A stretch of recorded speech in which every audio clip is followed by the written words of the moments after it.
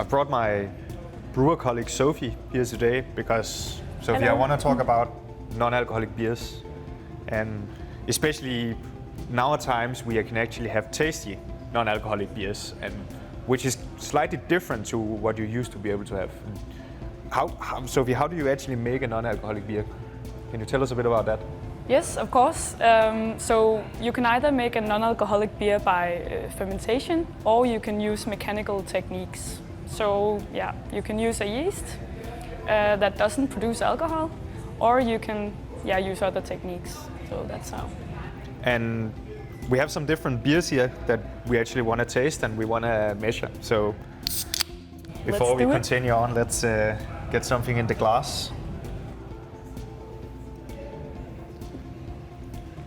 Looks nice and brighted. It does. We can actually just Let's measure it. pop that on here. Cheers. Cheers. It's nice and fruity. A lot of hops in the nose.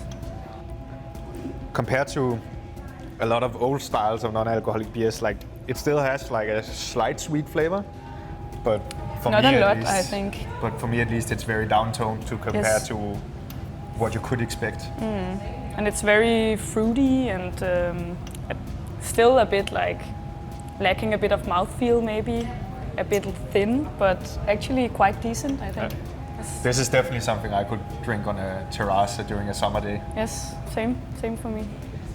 So as it's running, some of the things that our customers will look at with non-alcoholic beers are of course alcohol and density, but maybe also looking a bit into the comparison between the two in regards to real degree of fermentation, where you can see how much of your beer has fermented, for example, with the method that Sophie talked about with fermentation techniques.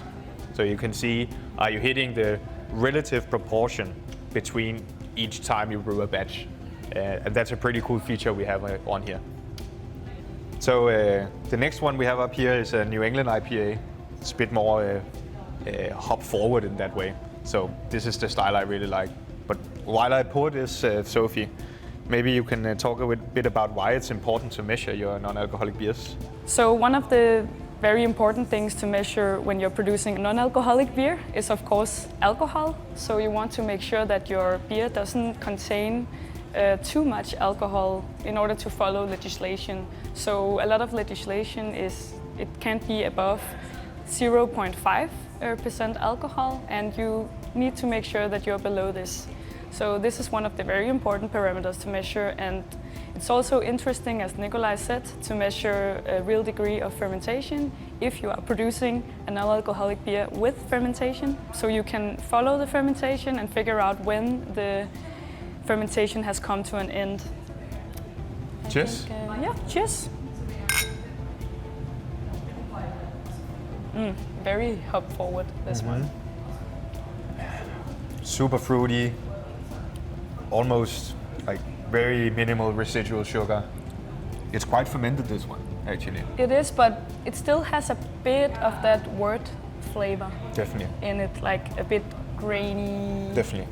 Bit of caramel. Yeah. But it has more mouthfeel, this one. And it has some haze.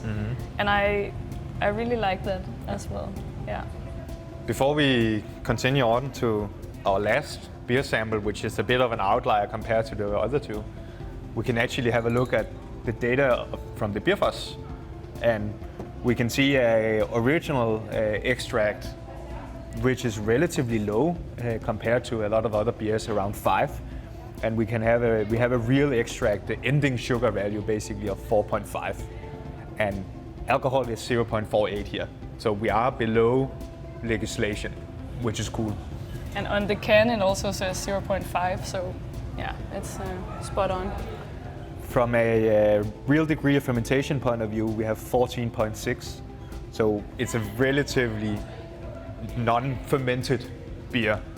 And I don't know what you think, but this could be a fermentation product. I don't know how they actually produce, but I would expect it to be.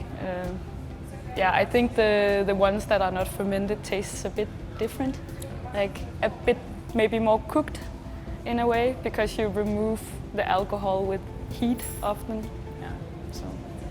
We have one more beer to go. This is going to be interesting. Have you tried non-alcoholic stouts before? Oy. I have tried one.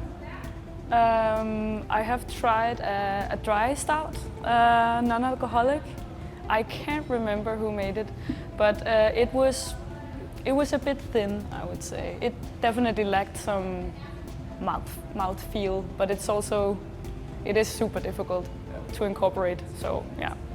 Let's see. Cheers. Yes. Cheers. Interesting color. For sure. Chocolate and cherries almost. Yeah, and vanilla. Vanilla. Yeah. Like a cake. It definitely tastes a lot like cake. Wow. That's for sure. It's very sweet. That's very, very sweet. But it also has some of the roastiness from the malts, and I really like that. It kind of complements the sweetness in a nice way, but for me this is too sweet. I think it's a good take on a non-alcoholic stout. Yes? It is a very hard style to hit though, because you kind It of is. lack the body of the alcohol. Yeah, but what do you think about the body in this one? It definitely has, like, the sweetness is so huge, so it definitely has a lot of that.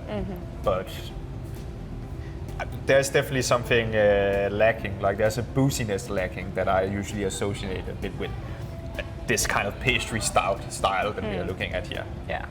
As we talked about, original extract is usually fun to look at, just to see does it actually correspond with where I was beforehand. And maybe with this kind of beer, calories might be important, but that's some of the stuff that you definitely could look at with our small instrument here.